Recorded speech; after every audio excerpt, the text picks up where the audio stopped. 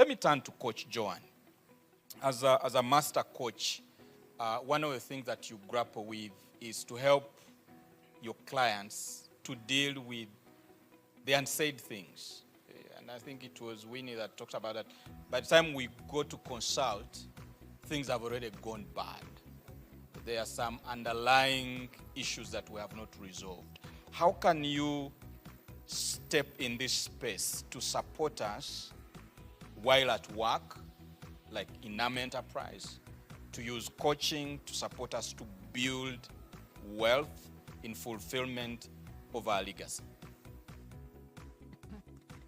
Thank you, Patrick, and happy to be back on stage. It's not even about stepping into the space. As Imagine Me Africa, yes, yesterday we made 11 years. We are already in that space. And it is not something that we just dream up. It is both embedded within our mandate and our vision. Our mandate as an organization is to design, and by the way, that's where for me the excitement comes in, is to design employment transition programs, processes, and tools that will enable people land on the other side safer. But also our vision is a world where everybody retires or transitions into a fulfilling, productive life. What does that mean? People must sit and have conversations and begin painting those pictures for themselves. In the morning, I was talking to Senior Counsel Mwema, and I was trying to explain what we do in that coaching space. And I think these are conversations that we need to have. I must say that we are beginning to see the embracing of these conversations, and I'm sure that's why Damali and Alan have me here. We've partnered a lot with TARA Advocates as our legal arm in terms of delivering conversations when we are busy talking about retirement planning or post-employment.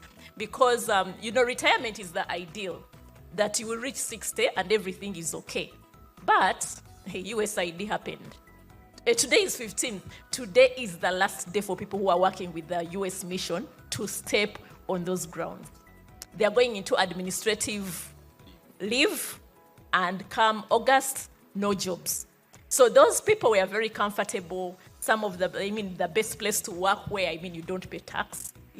That is how they operate. It was a government within a government, so they are not paying tax. So even the jobs that they have been working on, the world that they've been working with and operating in doesn't exist.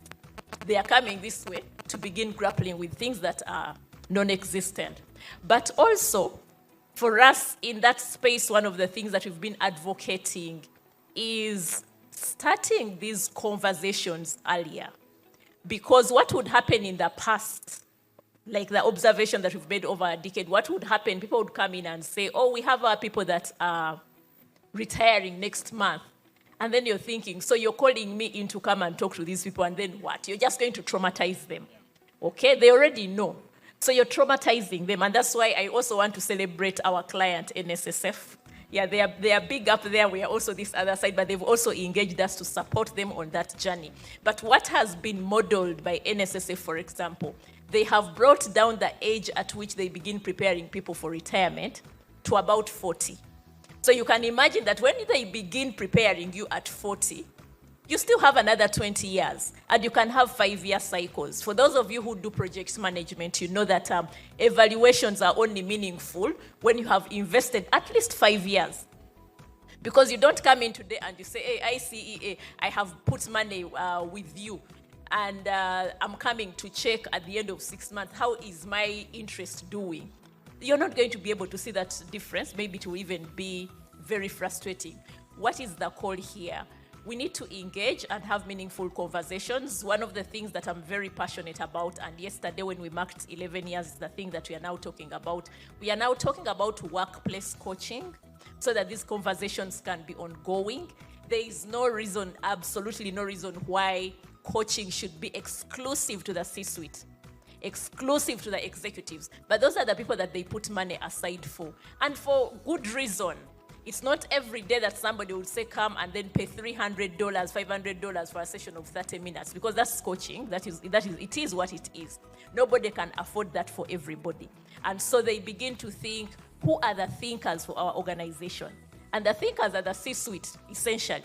But everyone that you have brought around the table is able to think. So what we are now advocating as Imagine Me Africa is to say, give us the managers, give us the leaders, let us equip them so that on a daily basis when they are having conversations with their staff, these are ongoing conversations that they'll be able to elicit, because then if you have managers, like again NSSF, what NSSF has done, the entire middle management layer has been equipped as coaches, their leaders as coach. What does that mean? They're having meaningful conversations internally.